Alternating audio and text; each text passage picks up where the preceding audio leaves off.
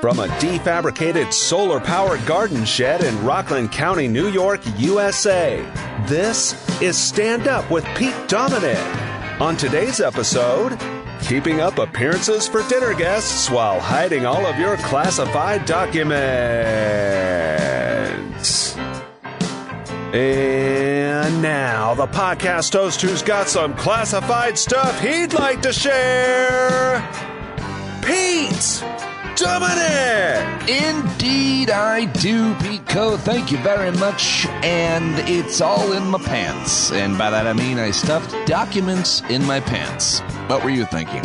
What am I, Sandy Berger? Anyone know that name? Remember that guy? Remember when he was the most famous guy to steal documents for a while, a decade or so? Well, now it's everybody, folks. It is everybody. Hello and welcome to today's show. Thank you for joining me and for supporting me and listening to the podcast. Got an awesome guest joining me today. Juliet Jeske is back. She is the graduate student working on the Decoding Fox News project. Very, very, very good stuff. She watches all the Fox News so that you don't have to or would never want to. Exposing disinformation and misleading stories on the Fox News network. Juliet Jeske is my guest today. Heads up, tomorrow I will have Dr. Kristen Dumais, the author of Jesus and John Wayne, How White Evangelicals Corrupted a Faith and Fractured a Nation. Very excited to share that conversation with you. One of the best guests and talks I've had in a really long time, and I like to think I do it every day, but man, really good stuff. That'll be tomorrow. Coming up, we'll check in with my intern Odessa and see what she's up to and promoting here on the podcast as well. But first, did you hear yesterday that former Vice President Mike Pence informed Congress that he found documents bearing classified markings in his Indiana home January 16th? He and Mother were just making a pot of warm milk when, in the pot cupboard, where they keep all the pots and pans, don't worry, he doesn't have weed in his house. I'm sure he wouldn't find that. The former vice president discovered classified documents in his Indiana home. But wait, I thought he had checked. I thought he had looked. I thought he had admitted that he himself had never taken them. Matter of fact, he was asked that question point blank back on November 14th by ABC News' David Muir. Did you take any classified documents with you from the White House? I did not. Do you see any reason for anyone to take classified documents with them leaving the White House? Well, there'd be no reason to have classified documents, particularly if they were in an unprotected area. Yeah, he didn't really sound believable. I don't think that Mike Pence wanted to sin right there to the anchor of ABC News' flagship news channel that he was talking to. But come on, do you believe him? I did not. Oh, wait, no. Here he is again talking about how many classified documents he didn't take and that they did a really good job making sure and looking around for them. Our staff reviewed all of the materials in our office and in our residence to ensure that there were no classified materials that left the White House or remained in our possession. And I remain confident that that was done in a thorough and careful way. All right, well, there you go. Now Mike Pence has documents, and of course people on the right are defending Mike Pence and saying that Mike Pence and Donald Trump took them, it was fine, but when Joe Biden took them, it was not fine. The whole thing is just pathetic and ridiculous and a major distraction from so many other more important news stories, but that is where we are at here at the end of January. Former disgraced President Donald Trump offered, in his part, a sinister mockery of Mike Pence over classified documents. He wrote, "Mike Pence is an innocent man. He never did anything knowingly dishonest in his life. Leave him alone." Mediaite writes, the comment might seem earnest if it weren't for Trump and Pence's inimical relationship. Trump infamously egged on a mob of his own supporters to storm the U.S. Capitol, a mob that called to hang Pence over his refusal to overturn the 2020 election. Their relationship since has been on ice.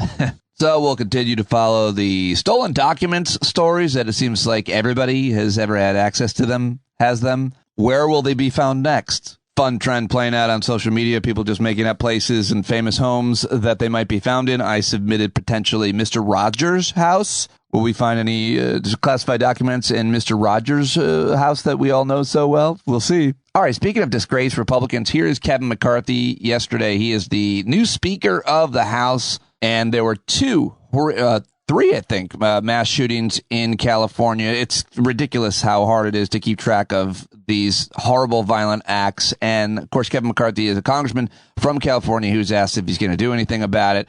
And he said California already has enough gun laws, and it couldn't prevent it. So, does Congress intend to take up any legislation to combat mass shootings or gun violence more broadly? Look, I would never do anything without having all the information. But having lived in California my entire life and know California has the strictest gun laws there are, and apparently that did not work in this situation too. I would always withhold to get all the information first of what transpired. These two individuals seem much different too, older in age, not understanding why this transpired, the horrendous activity of what they've done. Were there signs ahead of time that we could have found?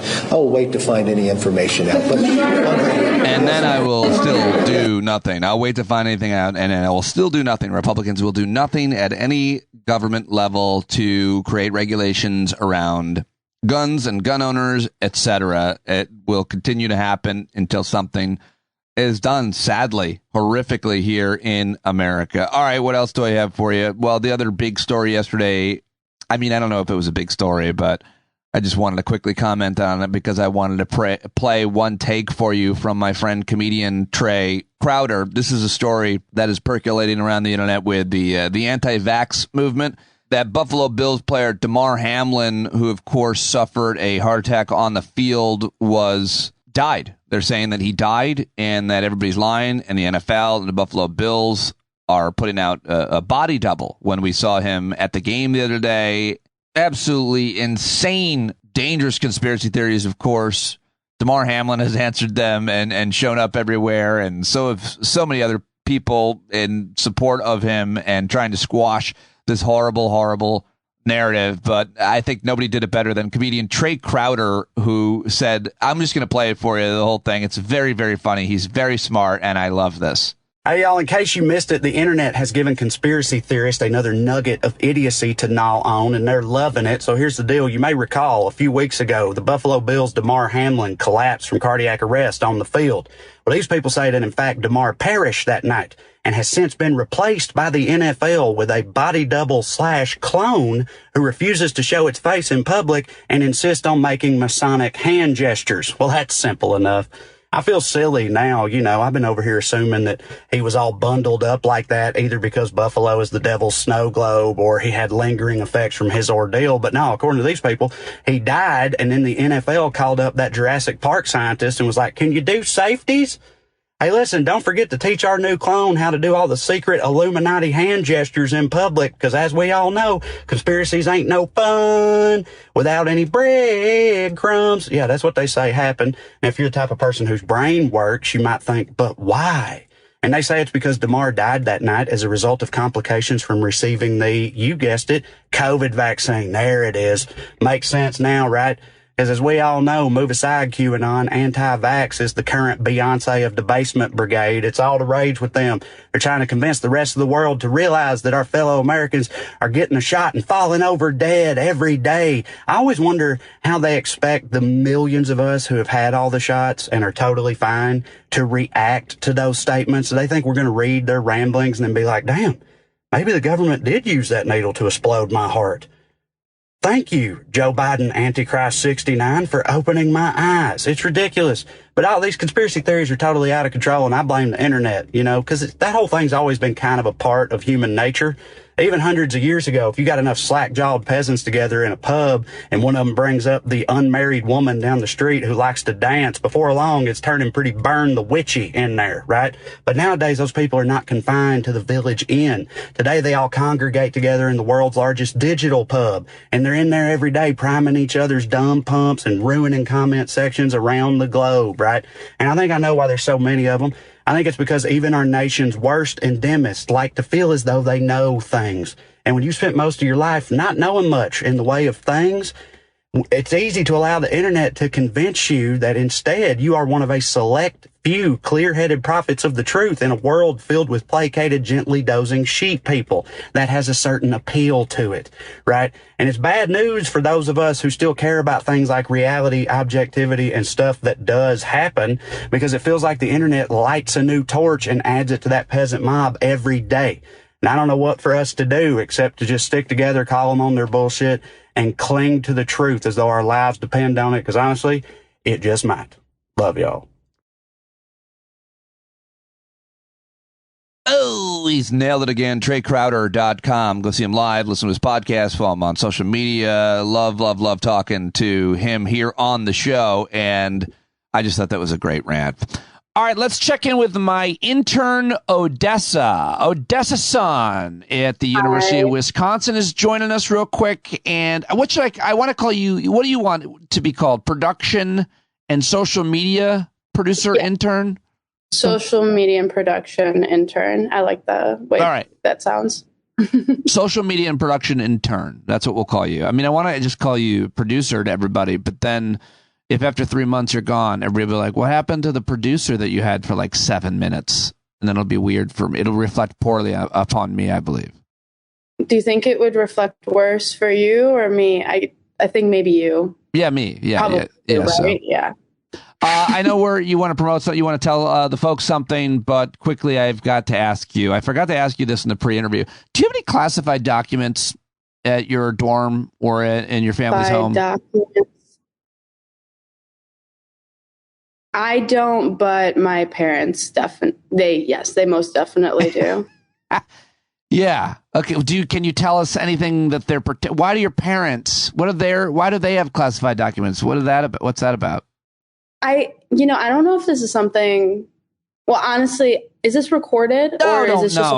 This is fine. This is just you and me talking. Forget it. Just tell me what this is all about. The classified documents. Well, honestly, all I know is that it has in big black Sharpie, all capitalized aliens. That's all it says on it. So now you just ruined it. You wouldn't write on a classified document with a Sharpie, I don't think. But okay, fine. Now we know that that's not true. I mean, I don't know if that's code for something else. Aliens. It could be. I think it's a little on the nose, it would seem. All right, let me ask you this, though. Have you ever had... I should have asked you this in the pre-interview before you ever started working. I love this question to anybody. Have you ever had... Did we have an interview before? No, we didn't, but anyway. No, I just hired you. I was desperate. So I would take anybody. You're like, I am not even in college. I work at Dunkin' Donuts. I'm like, you're hired. So, no, we did the paperwork. Have you ever had a paranormal experience? Have you ever seen a ghost or had a paranormal experience, Odessa? I've never seen anything, but I will say my mom's mom lived with us and moved into our house for about 8 years before she passed away. And my dad even built an addition and her own separate living space, apartment, kitchen. Your dad built your grandmother. Why did you call her your mom's mom? Why didn't you call her your grandmother? I don't know. That was weird. That was weird. But your dad built your grandmother her own living quarters onto the house? He did, because she was very independent. And yeah, but hold on. What does that say about your dad? That's like so thoughtful and generous and amazing that he was skilled enough to do such. I mean, he did it himself? He did. Wow, he's so cool. I want to meet him. You will. I want to learn how to work. Build. Yeah, I'm so bad. I'm so bad, but I'm trying. Anyway, so she was very independent, and a reason why she lived with us is she was living in a house all by herself. And then my dad built her addition onto our house. And even when I was a kid, I used to go ask my mom, what are you making for dinner? And if I didn't like the way it sounded, I'd go to grandma and be like, Grandma, what are you making for dinner? Right. So I was very close to my grandma and was really lucky to be able to spend that much time with her. Anyway, after she had passed away. How old were you when she died? I was 8 years old. I was in third grade. So I was pretty young still, but since we lived together, I remember it very well. Right. And when she moved in all her furniture from her house. And so the second I would enter her living quarters, you could say, it had this distinctive smell. It didn't smell like the rest of my house. Weird. I couldn't smell what my house smelled like, but I could smell her part. But that's kind of weird sounding. I think that's pretty, I actually think that's probably normal. But go ahead. Go ahead. Yeah. So anyway, after she had passed away, it had been a few years later, and we had already gotten rid of all the furniture.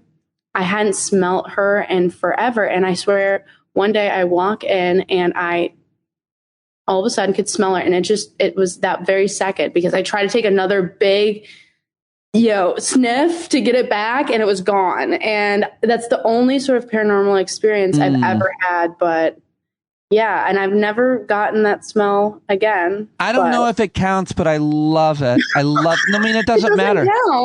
I don't know if it was like a paranormal experience or if it was just a pocket of grams that was hiding in the couch that just floated out somehow. Her furniture was gone, so I don't know. I don't know either, and I don't know that it matters. I just think it's a lovely thing. That I would imagine you think you weren't scared by it, but you were probably happy. And the fact that I still remember it and I can almost picture the way it smells, it left that big of an impression on me. But yeah, that's the only sort of experience that's not really explainable why. Yeah, no, that's the way the framing should be of Odessa. It's not, you can't explain it. Unexplainable experience, not necessarily paranormal. Maybe paranormal. Who knows? Maybe it was your grandma. She was there and she was just saying hi. I'm fine with you believing whatever makes you comfortable, whatever makes you happy. Have you ever had one? Nope. No? I want to. Maybe if you fly out to Wisconsin and we could get into those. If I'm going to have a paranormal, all due respect to your grandma, like that's not what I'm looking for. Like, if you want to smell my dead grandma, you should fly. I'm like, I don't know. Can you guarantee it? I can't guarantee. It only happened once to me. It's like whale watching. We may or may not smell her. Might see a whale. Might not. And then I lose my mind. Now I'm stuck in Wisconsin. Oh, sorry. That was insulting. Speaking of which, we have something to talk about. I'm sure Wisconsin is absolutely beautiful to your family. It is. Yeah. It really is. You'll have to come visit the 80 acres they live on. Sounds amazing. You showed me a picture of it. A picture the other day. Yeah. You got to see just a small part of it. Really? Yeah. I want to talk more about your childhood and growing up in kind of this rural area at some point. But all right, before we let you go, you are here to promote. What are we promoting during this appearance, Odessa-san? Instagram. I want everyone to go follow Pete at Pete Dominic on Instagram. Follow me on Instagram. You've got access. You're in there. What would you say about my Instagram presence? I would say he has a large following, of course, everyone knows, but there's no sort of strategy. He needs a lot of help. That's what I'm here for. Right. And I'm hoping that my experience running Cheap Shots, we already mentioned that. Can you stop plugging this college bar in Whitewater like my listeners? Are you getting kickbacks from Cheap Shots every time you mention them? It's like it's this college bar in a town nobody's even ever heard of. And you're like, if anybody wants to come to Cheap Shots, it's like a bunch of college kids. We don't. That would be super. If anybody listening, average age, showed up at Cheap Shots, people would call the police. But like, why is my professor here? I'll feature them on the Instagram. Stop. You're going to use my Instagram to promote the bar you work at? That's why you're here? All of a sudden, I'm doing live reads for Cheap Shots. Folks, if you're in Whitewater, Wisconsin, you got to step out. Cheap Shots. If you love 19-year-olds with fake IDs, it's Cheap Shots, everybody. Come on. Anyway, my Instagram.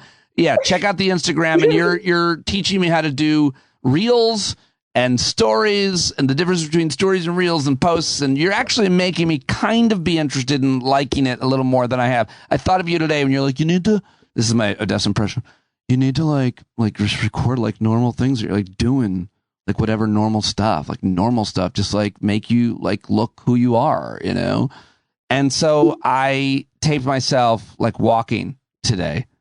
and attacking some geese that were in my way. And then I was going to send that to you, but then I felt like it was kind of mean what I did to the geese. So I don't know what to post.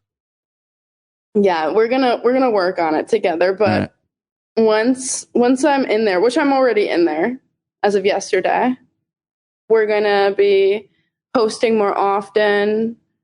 You might see Pete chasing some geese later this week. That's right. No promises. It won't be me posting that. That's all I gotta say. Would advise against any kind of thing where I'm attacking animals. It's not probably great for my brand. Just me hunting. I told him to be human, but that's not what I was. Did you hear about the guy who went on Tucker Carlson's show on Fox News? We've got the great Juliet Jeske joining us of Decoding Fox News today, and he's mad. He killed a mountain lion where he lives in Colorado, and I guess people are outraged by that. But he just killed the mountain lion. Yeah, legally. The mountain lion attacking him? No, it's legal. You can. I guess you can kill them if they are, I don't know, present. I don't know what the rules are, but it is legal. But I don't know. It's weird when people kill animals and then go up on social media and show them with the dead animal. Have you seen this? You live in Hunterland. Right. I mean, like, I wouldn't hit a deer with my car and post it, but I mean. That's exactly what I'm talking about. Like, people, like, they kill an animal, a deer, hunters, and then they grab the deer and they pull its head up like it's and posing. then the tongue is hanging out. Right, and it's posing. And it's like, look at the deer I killed who didn't even have a chance because I have a gun, and it's a deer. But you're saying that it'd be super weird if you accidentally killed a deer while driving and then got on the side of the road and held its head up. That you're saying you would never do. No, I could. I won't. All right, that is it for Odessa. Odessa San, everybody. She is the social media and production intern. She's doing a great job, and now it's time to get to our guest. Thank you, Odessa. Will you be joining us? Will you stop in with a hangout again this week at Thursday night? Are you planning on stopping by again? Well, you might have to check out Cheap Shots' Instagram. If you check out Cheap Shots' Instagram. Oh, no. I will plan to be there. I hope to see everybody. All right. So hopefully you'll be there and you can see and meet and give her a hard time for the classified files that she has protecting her family from the alien encounter. Thank you, Odessa. All right. There goes Odessa. And now it's time to get to today's guest. She is a graduate of the Craig Newmark New School for Journalism here in New York City, and I was turned on to her by the great Jeff Jarvis not too long ago, I guess about a year ago, maybe less, and Juliet Jeske's entire work and project is dedicated to watching Fox News so that you don't have to. She's doing legit journalism because millions of people are watching that network and being poisoned by it each and every day. And she's a watchdog. She's a media watchdog, but she's a unique one. She's very, very honest and interesting and shares personal stuff so that they can't take her down. And she's doing really great work. As a matter of fact, the Lincoln Project just had her on their podcast, and she gained like thousands of new followers. She is really doing excellent work. You can follow her on Twitter, where she's very active, at Juliet Jeske. You can check out her Substack, Decoding Fox News. And you can listen to the podcast that she puts out a couple times a week as well. We had a very good conversation. I really like talking to her. I hope that you will like this as well. I do think her work is very important, and she's a real cool person. So, ladies and gentlemen, I now give you my interesting, insightful, and at times hilarious conversation with the great Juliet Jeske. There she is, Juliet Jeske. The last time we talked to her, nobody really even knew who she was or what she was doing, and now she's famous. She's huge. I mean, I'm so honored that you returned my email and joined me here because you are doing so well. Congrats. Thank you, Pete. Because, like, if someone, like, when we first learned of your work, it was like, boy, I hope she does well, because that's like hard work, and it's important work, but I'm rooting for her. But man, I think it's also a testament, because I've been keeping close tabs on you. I think like the algorithms feed me all your stuff too. But like and I subscribe to your email and everything. You're just working all the time. It seems like you're really working hard. I work very, very long hours, and I work sometimes through both weekend days. Yeah, nonstop. This all started when you basically learned of this monster, Gavin McInnes, and you basically listened to all of his stuff and broke it down. Is there like an obsessive, like a part of your personality that kind of allows you or asks you to do that kind of work? Because most people would have a hard time, I think. Yeah, I joke about it all the time. Never been diagnosed with anything, but I get very OCD about stuff. Like one of my hobbies, this is how my brain is I decorate cookies with royal icing, and that's super difficult. It's very tricky. It's very exacting. Takes hours to do it, and that's what I do to relax. So that's sort of my brain. Is I do get obsessed with things, and then when I get obsessed with them, I cannot stop, and I have to kind of tell myself to take breaks and stuff like that. But I've been like this my whole life. So your whole life, as long as you can remember, what other like types of activities like that did you do, like when you were a little girl or a teenager? Baking. I got really into baking when I was a kid. And theater. I used to write theater and produce theater and stuff like that. But that's just, you want to talk about losing money, setting it on fire, work in live theater. Just put all your money in a pile and burn it, because it's a very difficult way to make a living. But I did that. But then older, as an adult, I taught myself how to play 2 instruments. I just sit down with like the accordion and the ukulele. There's just something that it takes that You're kind of. You're so eccentric. You're so original.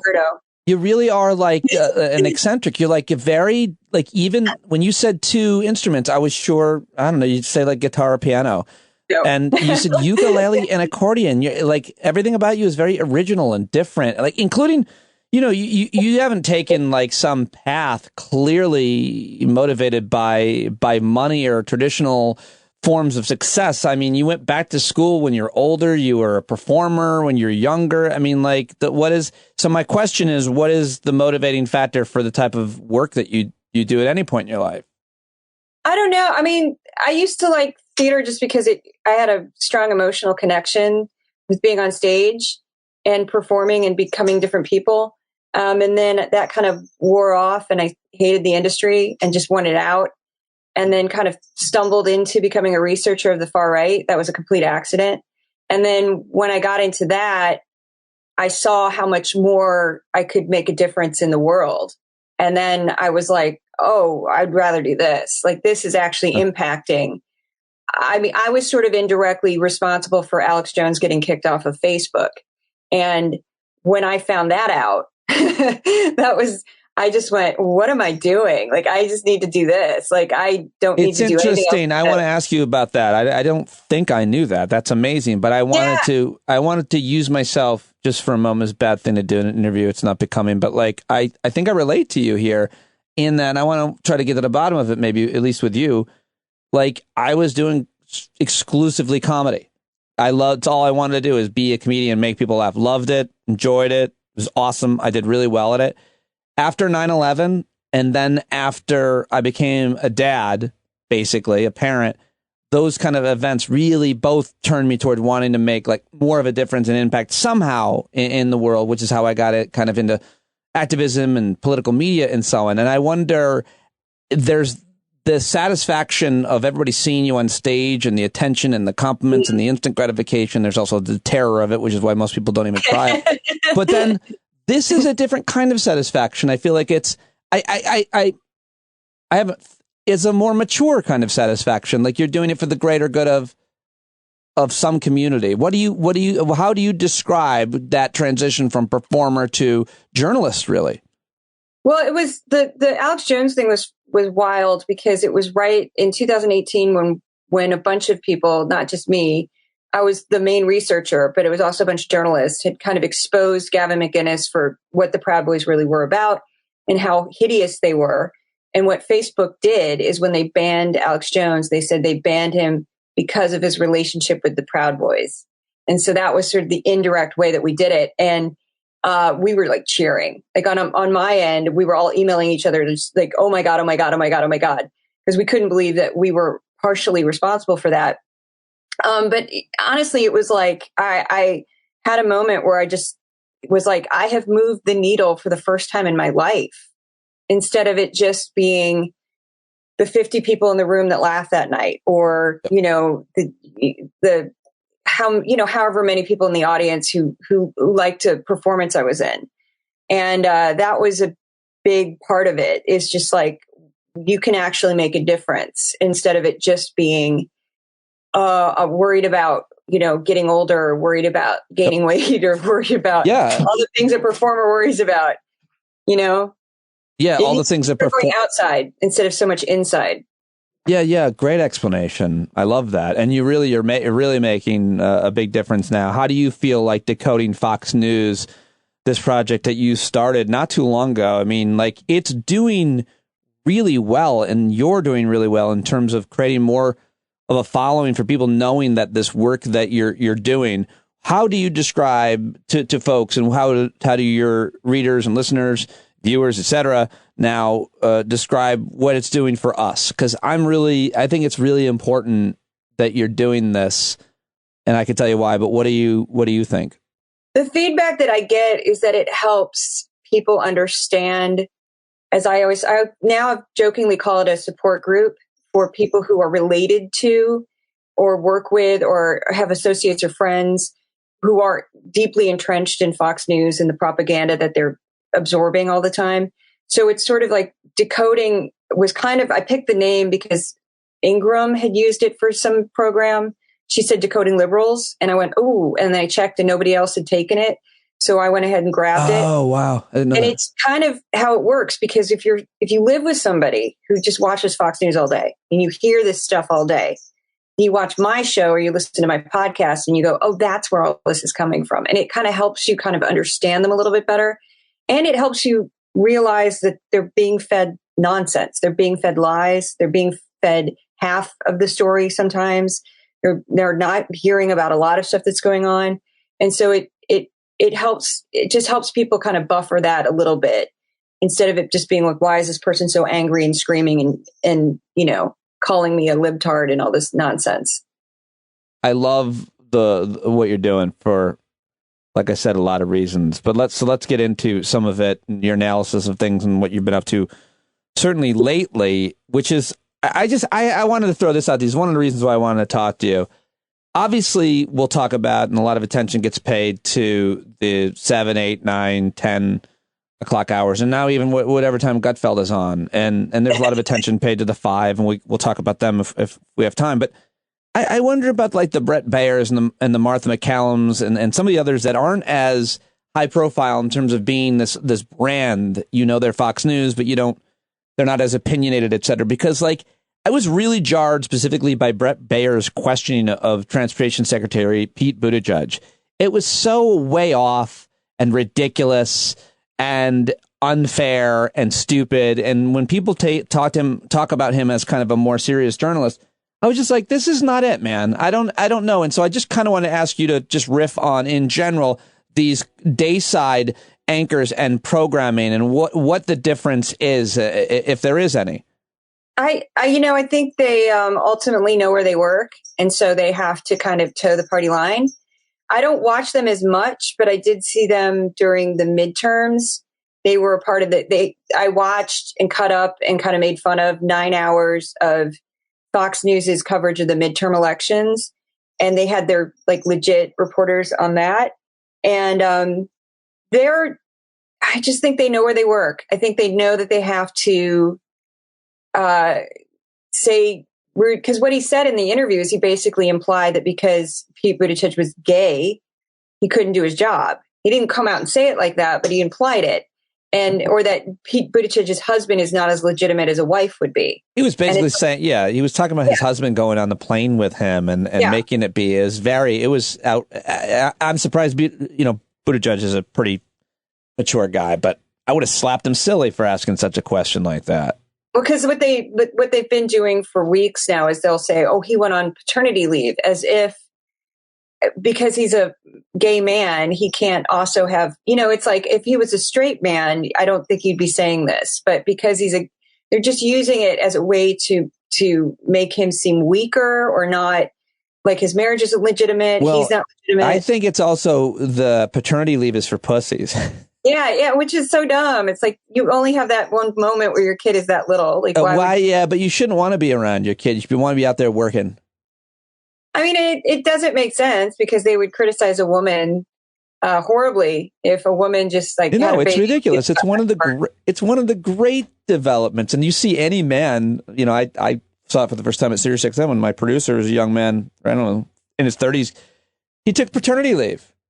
And he went and he stayed with his kid and got paid. And I was like, this is amazing that this company offers that, much less that, because certainly didn't have it at the same company, I think, when I started out. It's a fairly new thing, and it's a great development. Every obviously major company should be doing it. Okay, so let's talk about those hours that you really pay a lot of attention to. What's the difference between Tucker Carlson and Sean Hannity?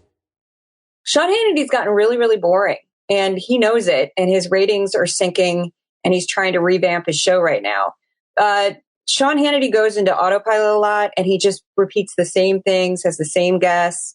He's what you'd call more old school conservative, somebody who's used to this, like kind of where this whole movement was 10 years ago, and he's still trying to do the same shtick.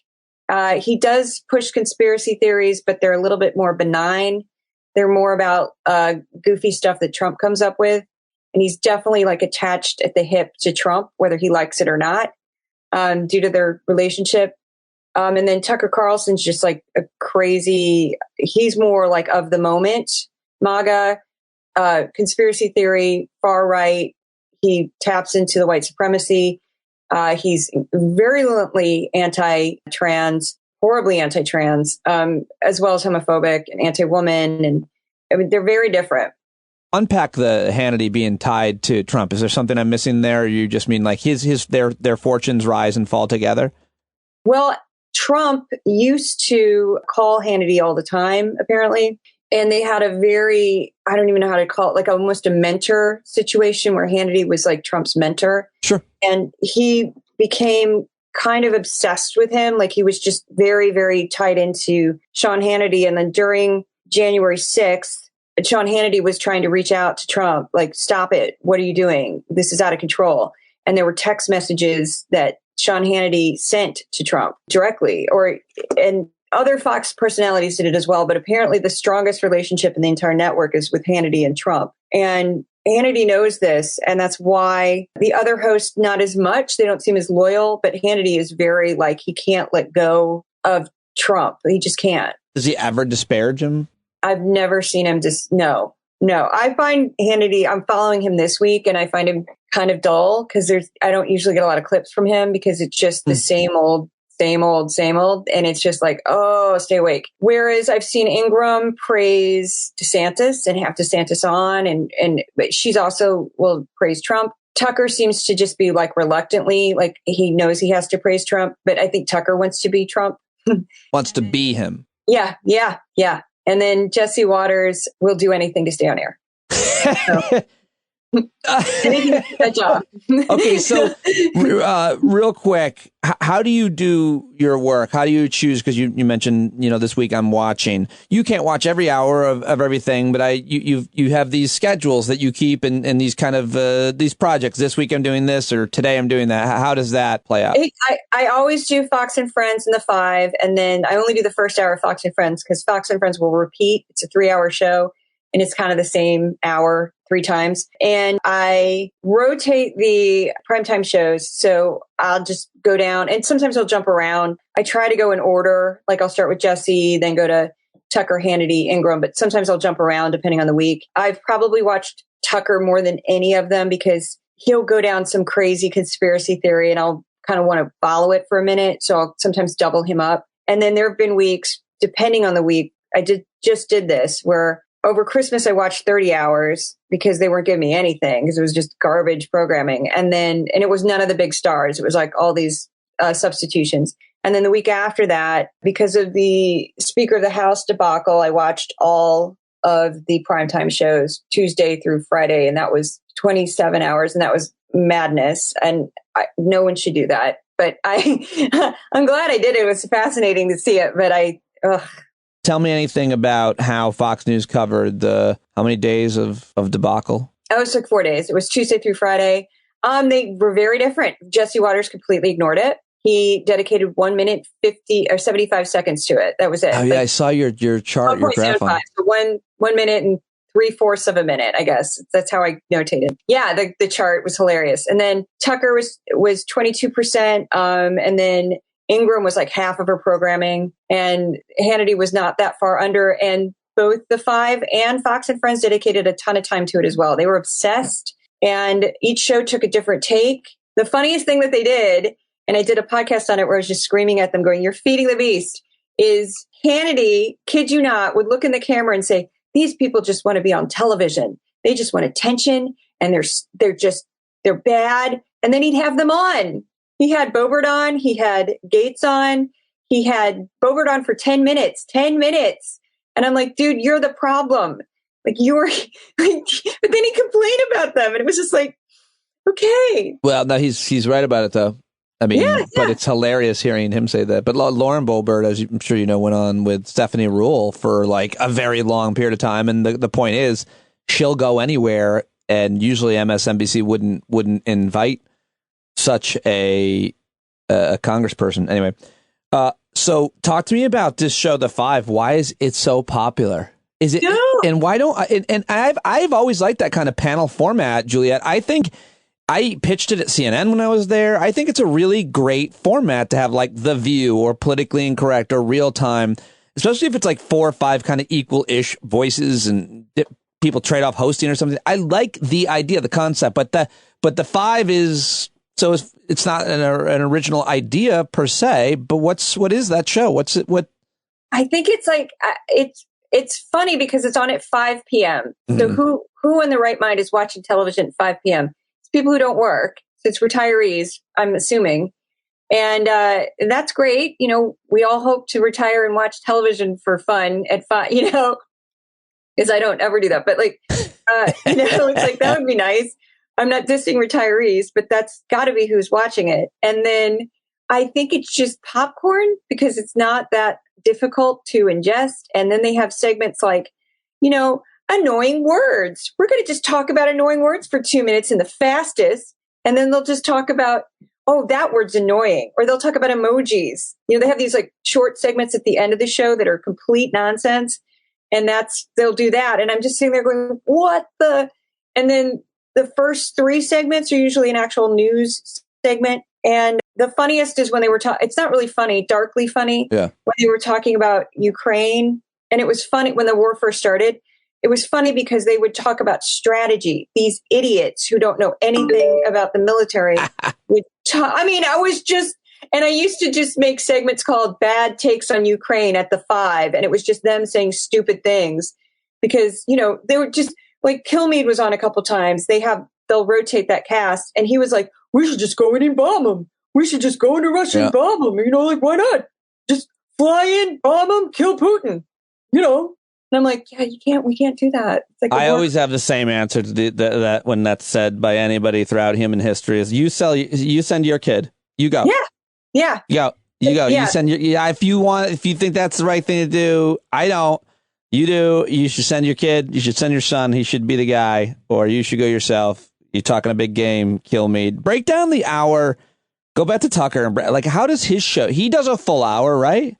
Or I mean, it's without commercials. They're all 40 minutes. Every show is 40 minutes when you take the commercials. Oh wow, usually it's a little bit more than that. They do a lot of commercials. Yeah, they do. It's the first segment's the longest, and if a news topic is really, really hot, they'll sometimes go a little bit longer. But typically every Fox show, when I take all the commercials out, is 40 minutes. Got it. Tucker always opens with a crazy monologue. And the longest I've clocked him at was 23 minutes nonstop. Who in the hell writes that? But somebody writes it. It's definitely has writers. And it's just these crazy, he tends to weave very complicated conspiracy theories, no matter what he's talking about. And it's never just a story. It's always like, well, it's because of the globalists and because of government overreach and, you know, these plots that he weaves in. And he also, so that's how he opens every single show. And then he'll have his first guest finally. Sometimes I would say typically his opening monologue's about 15 minutes, not all the way to 23, but it's often very, very long. Wow. And then a video I just made last week that cracked me up is I took all the fat out of one of his monologues and noticed that when you do that, when you just take it to basically the framing, because he also uses a lot of clips. He'll use clips from MSNBC or CNN, or he'll use clips of politicians talking. He breaks it up that way. Like he'll go, here, watch, and then he'll show the clip and then he'll keep talking. But when you take all that stuff out, I noticed he talks to his audience as if he's reading a children's book. I saw that clip. I should have booted it up to get ready to play. You edited it. Yeah. You just explained it perfectly, and it was profound. I think that's some of your best kind of work. You wouldn't I think that's with your background in comedy, and you're just this really interesting, thoughtful, empathetic person. You realize that I don't know who's doing that, who's covering a journalist that way. It's exactly what we need, because when you do that, when you explain it that way, here it is. I think it's 1 minute, right? Yeah, it's very short. Here it is. This is Tucker Carlson's monologue from tonight, reduced to 1 minute. Probably not. And if you doubt that's true, ask your neighbors who's winning the war in Ukraine. And of course, they'll tell you that Ukraine is winning. Duh. Ukraine is winning, says Michael McFaul of Stanford University. Ukraine is winning, says Hillary Clinton. Ukraine is winning, proclaimed the entire American media establishment, because the media would never say that, ever. Wait, what? It's uncanny. So that's Mexico. And why wouldn't it? There's no border left. Shouldn't Americans know that? Yes, they should. Did you know that? Did you have any idea? You probably didn't. Shouldn't you know that? At Decoding Fox News. That is so good and so telling, and people can extrapolate whatever they want. But what's the kind of reaction that you get when you do a kind of original edit or critique to prove that this form of communication, in this case, it's like he's reading a book to toddlers? Yeah, it's like and then once I heard it, I can't unhear it. And now I hear it every time, because he repeats stuff. He'll still go why would they sell them missiles? Why would they sell them missiles? That's why they would sell them missiles. He'll just doom, doom, doom, like you're reading it. I mean, because he does that. He's known for going, why? He does why all the times, but it's more than that. It's a whole pattern of repetition, just beating you over the head with it. Joe Biden had a speech today. What did Joe Biden say? We know what Joe Biden said. This is what Joe Biden said. Why would he say that? That's Tucker Carlson. Boom. Juliet Jeske, ladies and gentlemen. That is, you are nailing that. And I'm a total smartass, so I do imitate. Have you heard my Carrie Lake? No, let's go. I do this. This started in my podcast, and I did a radio. I should send it to you. I did a radio. It's 14 minutes, but I did a radio play called "It's a Carrie Lake Christmas." And I did it for my Patreon sponsors, because there's not that many of them, and I wanted to give them something for the holiday. So they got it early. But it was me doing Carrie Lake, because I find her just hilarious. But my Carrie Lake impression is she talks like this because she's the most manufactured woman in America. And she's going to win. And she's the governor. And how dare you say I'm not? For the good people of Arizona and Arizonians and the next generation of freedom. She's so nuts. Oh, that's so good, Juliet. Really good. I'll keep doing these impressions, and I have to pay closer attention. I'll set you up for them, and we can work them out anytime on my podcast, because that is good stuff. One more, just a question on Tucker Carlson. Do you think that he comes up with the narratives, the stories, the conspiracies, the ideas, and that congressmen at every level, Republican, state, local, and of course, and they pick up on them? Or is it the other way around? Because I've always felt like the right-wing media is the tail wagging the dog, because you hear them, if you listen to their shows, and they'll say some crazy thing or some weird argument or talking point, and then you'll hear the exact same thing. Now, does that work in the liberal ecosphere as well, echo chamber as well? But liberals and Democrats don't make any policy based on something that is said. There is no really influential progressive show so influential that it's going to make AOC, say something. Well, liberals are too busy. Liberals don't agree enough. I mean, liberals fight a lot and they're bickering a lot, which I think is normal. But I think there's a difference between, I mean, I'm not criticizing them. I think it's normal in political discourse to not always come to the same place. Whereas Republicans are freakishly, at least with Fox, very like, they're all on the same message. I would say that what I've seen is it's kind of goes both ways. It sometimes, and other people have noticed this, not just me, other people who do similar work, Media Matters and Aaron Rupar and the many other, I'm going to probably forget some and I feel bad about that, but the other accounts that follow Fox, they will sometimes see something on the far right, like the far right, like the kind of like Nick Fuentes, the crazy people far right, the white supremacists. Yeah. And it'll travel over to Fox. And then it travels over to Bobart or... Fair enough. So it could start with Alex Jones or Gavin McInnes or somebody else, and then it somehow makes its way onto Tucker's. But the point is, it eventually comes out of Ted Cruz's mouth. And that's the other, that's a great example. I know you can talk about this, but it's just, there is no Republican elected official, not the most powerful or influential ones, not the ones with the most followers or the most money. There isn't any, not Donald Trump, that's more powerful or influential than one of these Fox News hosts, certainly Hannity and Tucker, because, Hannity and Tucker they have a huge platform of millions watching every night, night in and night out, and there's no losing for them. There's no way to vote them out. They'll always be there. They have all the power. They're consistent. And for that reason, they're more powerful than Ted Cruz, who all of them have to kiss his ass, Tucker Carlson and the rest, right? Well, yeah, there's that amazing clip where Ted Cruz, I've made it into videos, other people have made it into videos, where Ted Cruz initially was critical of the January 6th rioters. And then he had called them traitors and said, negative things about them. And then he was on Tucker Carlson. Tucker Carlson just ripped into him, scolded him, screamed at him, mocked him. And then within 24 hours, Ted Cruz had changed his tune completely. And there's video evidence of this. So it just shows how much power and influence Tucker Carlson has. And Hannity, I should say, even though his show has gotten really boring, he still is very influential in radio. He still has his radio show every day that is incredibly popular. So that's kind of where he's still holding on. But his TV show has gotten very like, are you kidding me? He's trying to revamp it right now, actually, because he is sinking in the ratings, and he's the highest paid. So that's kind of a problem at Fox. It was funny. Ted Cruz. It wasn't traitor. He said terrorist attack. That's what he had to walk back.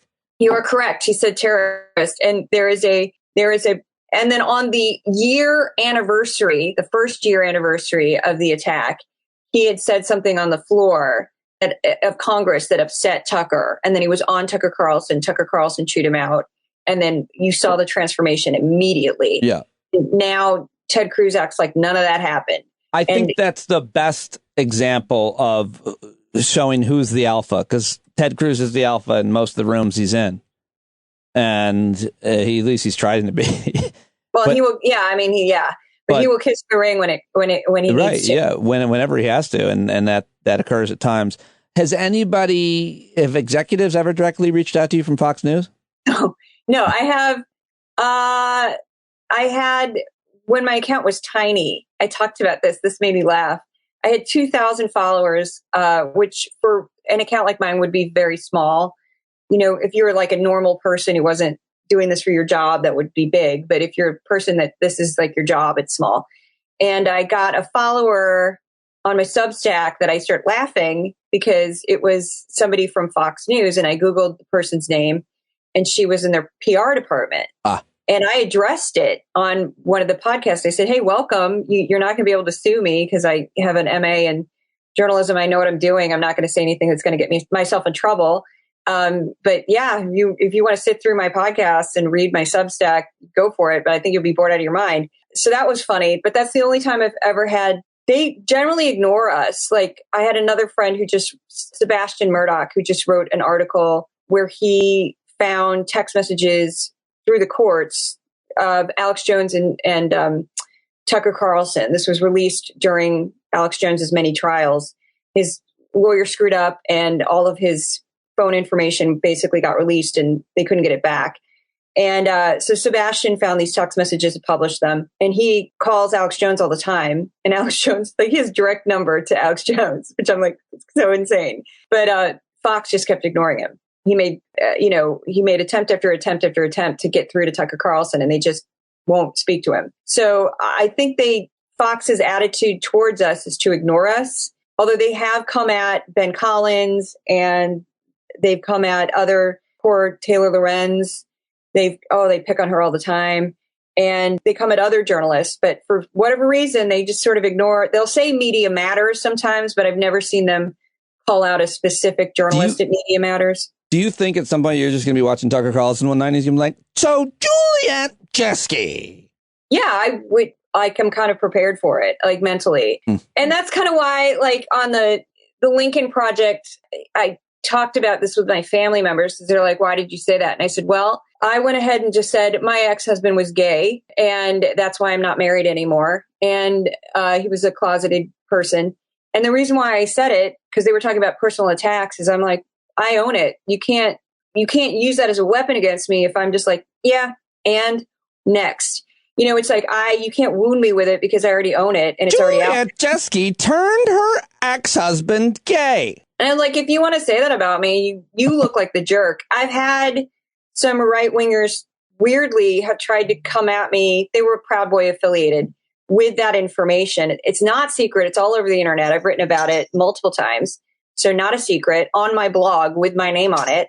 I've been in media talking about it because I'm in support groups and stuff. So you can't use it against me. So some people tried to on Twitter, and this was amazing. I had total strangers who I didn't even know come at the right wingers. Like, what's wrong with you? You think that's something you can come at her for? Like, viciously came at these people I didn't even know came at these people, chewing them out. And I was like, whoa. Yeah, because I think I will say this. I think you're creating in a way that you probably isn't intentional. I think a kind of a support for you. You're a woman. You are covering all these asshole, almost entirely men, Fox News, all these powerful guys. They have destroyed so many people's lives, especially women's lives, in so many different ways. And I think what's your secret sauce is that you're very vulnerable and honest and transparent about your life on social media. And I think that's no one really does that for a lot of obvious reasons. I just think it's great that you do it. And I want to end our conversation specifically by pointing to something that you wrote, which really I just thought was so telling. I mean, I like when you talk about your cat or your career, your life, or anything that you say. I'm kind of like, this woman is interesting. I really, and very original and honest. But you wrote something I think is really important on Facebook. I want to read it. You wrote, the woman who covers Tucker Carlson at Media Matters is a 23-year-old petite blonde. If life were a Disney movie, I'd hate and resent her. Because life is not a Disney movie. She's one of my best buddies on Twitter. I'm her mom's age. We talk all the time. I even sent her a holiday card. We talk about our jobs and life in general. I don't view other accounts that cover Fox, like you do, as competition. I promote them all the time. I'd also never compare myself to a 23-year-old because that would be absolutely ridiculous. It's like being jealous of the sun. The sun will shine on anyway. You might as well just enjoy its brilliance. We bonded after some creepy men made rude comments on her account, and I chewed them out. I thought that was so fantastic. You're telling people, and not just women, you're telling people that collaboration and support is better than competition. I could be jealous of this person who is younger and prettier and more successful. And that's not what you're saying about her necessarily, but I'm saying that about people. We can all say that, but you're not. You're actually helping and supporting and protecting, having each other's back. So I don't know what else you want to say about that. I just wanted to share that with my listeners, tell them what kind of person you are, and as a learning moment, because I just thought it was profoundly thoughtful. Oh, that's Kat too. She's at Media Matters, and I absolutely adore her. And it's true. We do talk all the time and share all the time. And she's like a much younger version of me. And like smaller. I was never that little. I was 5'7" at age 11. So petite. I'm like, what's petite? I've never been petite. What is that? I'm built like a Viking. But it's like one of those things where I just adore her, and I think she's great. And yeah, and I feel like Fox is so horrible that all the people who cover Fox, we're all on the same team. We should all get along. We do for the most part. And I think there's a big enough audience for all of us, and we all have our own take. So I don't view it as like, oh, she got more likes on her tweet. I don't even think about it, to be honest. Well, I really love your take. I'm so happy that Jeff Jarvis brought us together, I think, over a year ago. And I got, everybody loves Jeff Jarvis. Yeah, everybody loves Jeff Jarvis. This is the best. Cheers. Salute, Jarvis. Because I saw when you kind of were just starting this, and to see that it's really become very popular and you're doing great. So keep it up. And hopefully people will support you with their money so that you can. Best way to do that? Oh, I have a Patreon for Decoding Fox News, and I now have paid subscribers. I picked the lowest subscription to keep it as open to as many people as possible. It's $5 a month. I also have plenty of free content. Most of my content is free.